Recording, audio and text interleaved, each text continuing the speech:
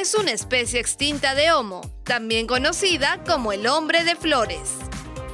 Fue apodado Hobbit por su estatura promedio de 1 metro. Su esqueleto fosilizado se encontró en el año 2004.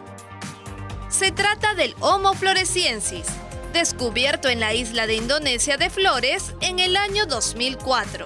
Tiene unos 74.000 años de antigüedad y por su diminuto tamaño fue apodado Hobbit, como los curiosos personajes ficticios del escritor J.R.R. Tolkien, aunque su posible apariencia diste mucho de ellos.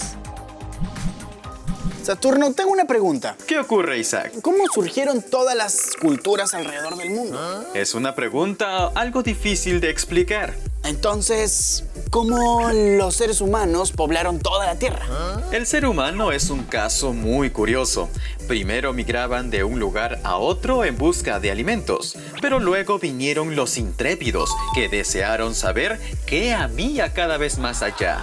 Muchas gracias, Saturno, pero yo creo que mis preguntas van más para el curso de historia. Sí. Precisamente una mezcla de materias de estudio, pero para eso mejor vamos a ver el siguiente video. Perfecto. La cuna de la humanidad está en el África y la humanidad se diseminó por el mundo. El Homo erectus, por ejemplo, llegó a Asia tropical hace unos 2 millones de años y luego se apareció por todo el continente. Mucho después, el Homo heidelbergensis llegó a Europa hace aproximadamente 780.000 años. Sí, de pronto los homínidos comenzaron a ser muy viajeros. Aunque obviamente no se tomaban selfies, dejaron a su paso rastros de su existencia con lo que reconstruimos su diáspora.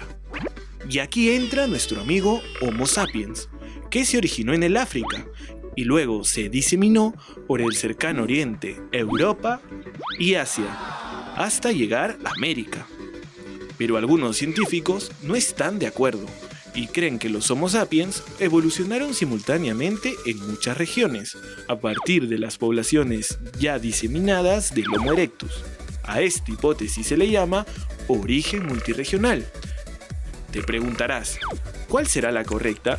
Resulta que ambas hipótesis son sólidas por los registros fósiles. Sin embargo, las comparaciones hechas con los genomas de las poblaciones humanas modernas y arcaicas ha inclinado la balanza hacia la teoría del origen africano de la humanidad.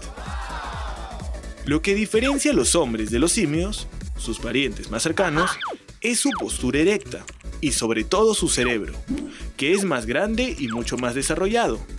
Hay más de una hipótesis de por qué el cerebro humano aumentó de su tamaño.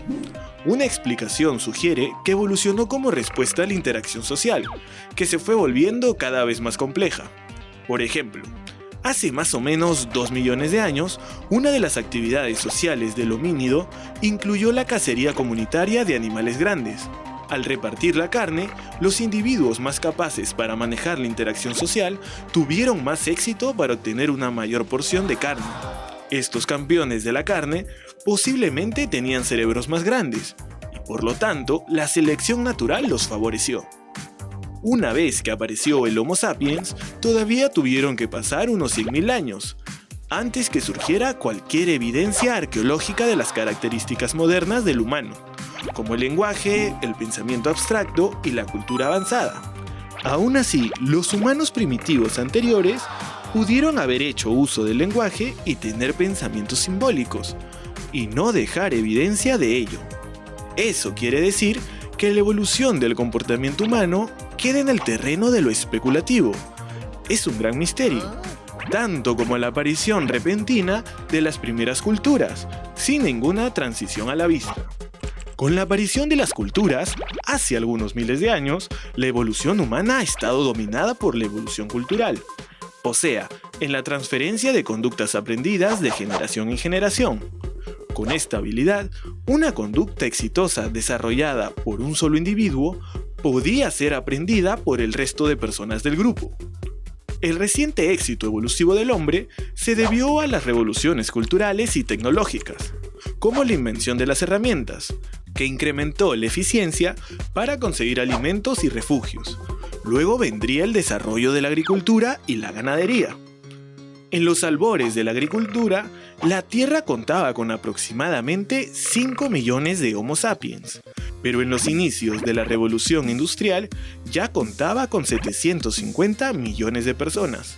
La Revolución Industrial dio origen a la economía moderna, mejoró la salud pública, creció la expectativa de vida, se disminuyó la muerte infantil. Las manos con pulgares oponibles del humano y su gran cerebro transformaron los hábitats terrestres y acuáticos del planeta. Y la población creció aún más.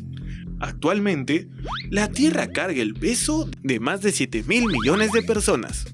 Sí, el Homo sapiens se convirtió en el agente individual más abrumador de la selección natural. Isaac, ahora ya sabes que en este planeta son más de 7.000 millones de personas. Sí, Saturno, lo más chévere es que nos han enriquecido mucho estas culturas. Y las culturas englobaron muchos conocimientos que fueron transmitidos de generación en generación. Recuerda que de esas culturas nacieron grandes civilizaciones e imperios que produjeron grandes avances tecnológicos. Exacto, pero todavía veo diferencias en los humanos. Por ejemplo, en Asia hay chicos y chicas jaladitos. En Europa, la mayoría de personas son como rubias, blanquitos, ¿no? Y pues en África hay personas morenitas, no sé, y eso me genera una pregunta increíble. Y esa pregunta es... ¿por qué si todos somos una misma especie, somos diferentes? La profesora Pierina puede responder a esa pregunta. Isaac, recuerda que si puedes ver un carácter físico es porque se está expresando y debe haber uno o más genes detrás de esta expresión. Dependiendo del ambiente en el que estés, ciertos caracteres van a ser favorecidos por la selección natural y fijados en esta población. Te pongo un ejemplo. Imagina una población que vive en una zona con alta radiación solar. ¿Quién sobrevive mejor? ¿Los que tienen la piel clara y se insolan fácilmente? ¿O los que tienen la piel más oscura y resisten mejor este clima hostil? Las personas que mejor pudieron adaptarse a ese entorno dejaron más hijos y poco a poco los genes para una piel más oscura se fueron fijando en ciertas poblaciones. Esto ocurrió independientemente en África, Oceanía y América. Intenta juntar a personas de estos tres continentes en una sola raza por su color de piel y te darás cuenta que las separan miles de años de migración.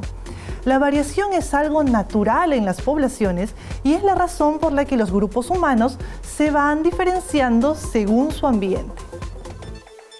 Resumiendo, los seres humanos provienen de la familia de los primates, pero no de algún mono moderno.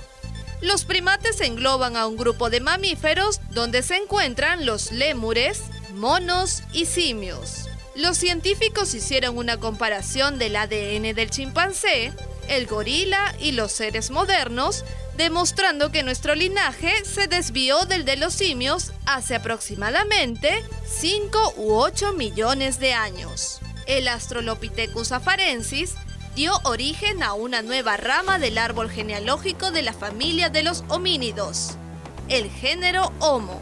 El Homo erectus, por ejemplo, llegó a Asia tropical hace unos 2 millones de años y luego se esparció por todo el continente.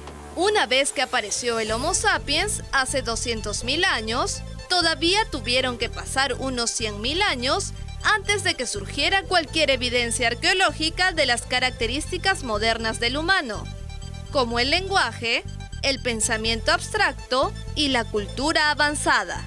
Con la aparición de las culturas hace algunos miles de años, la evolución humana ha estado dominada por la evolución cultural, o sea, en la transferencia de conductas aprendidas de generación en generación. Saturno, qué bueno es saber de dónde venimos. Para saber... ¿a dónde vamos? Exacto.